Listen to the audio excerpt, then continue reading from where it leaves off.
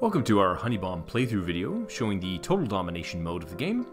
In this version of the game, each player chooses 20 of either the worker or drone bee tiles and none of the specialty tiles. Queen Zizi is placed at the center of the play space, and whomever ate honey or used a honey-based product last lays the first tile. In total domination mode, the only action to be used is the pincer attack move, in which your opponent's pieces are flipped when they're caught between your own. So how is this different from the quick play mode or arcade modes of Honeybomb? Well, the name says it all. Total domination. The point of this game mode is to completely eliminate your opponent. When the very last bee tile is played, it's time to start picking up those tiles and moving them to take better advantage of your opponent. Once one player is completely removed from the game or is down to one tile that can no longer move, the game is over and the winner declared. So as you can see here, gameplay in Total Domination is very similar to gameplay in the quick play mode, in that we are only using the pincer attack movement here.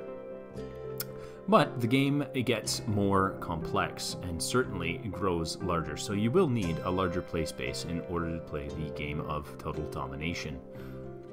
Here we can see that the workers have a very nice enclave built around Queen Zizi, and the drone bees are having a hell of a time trying to break through that blockade.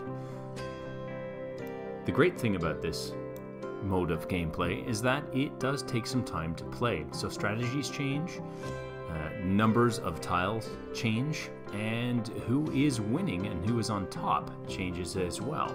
So at the moment, worker bees are winning, but there's a good possibility that the drone bees will pull a underdog play and come out from behind to win. Let's take a moment to watch the gameplay and see where things go.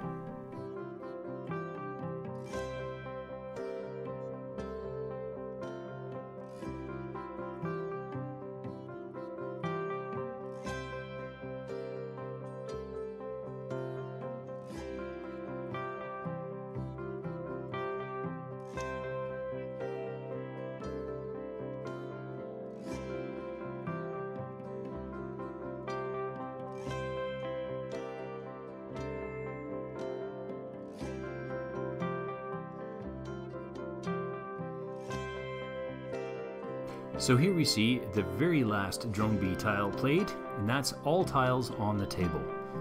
Now we get to start moving things around, and this is when things get really interesting. This is the part of the game that I really enjoy.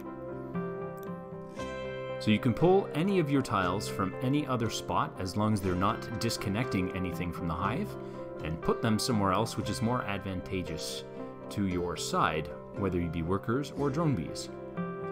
This does allow for some very large plays, such as very long lines, and it can also change the dynamic of the game so that there are holes and breakups and little patches where things don't connect anymore, and you can actually do that on purpose in order to change your strategy up so that you can block your opponent from being able to take tiles back that you've just flipped. There are sometimes long pauses in the game as well, because of course, being a strategy game, you really do have to sit and kind of think about what your strategy is going to be.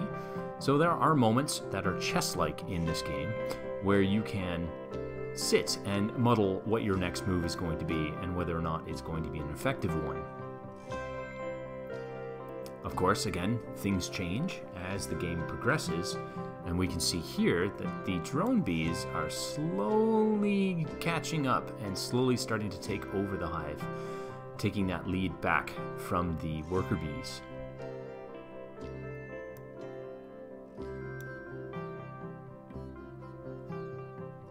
There's still opportunity in the Total Domination mode to do multi-directional plays. Those are plays that are happening in more than one direction at a time. As long as you've got bees waiting for you at either end of those lines, you can take more than one at a time. That is still perfectly legal as a move. And of course, in this version of the game, it will really help you to increase your numbers and keep your opponent at bay.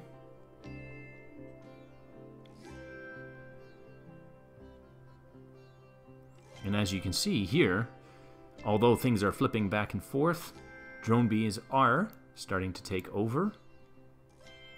And this can happen in the game of Honey Bomb, of course, because this is what a strategy game is all about.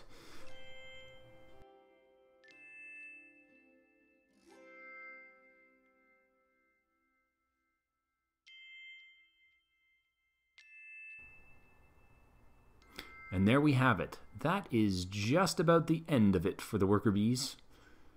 And they are done.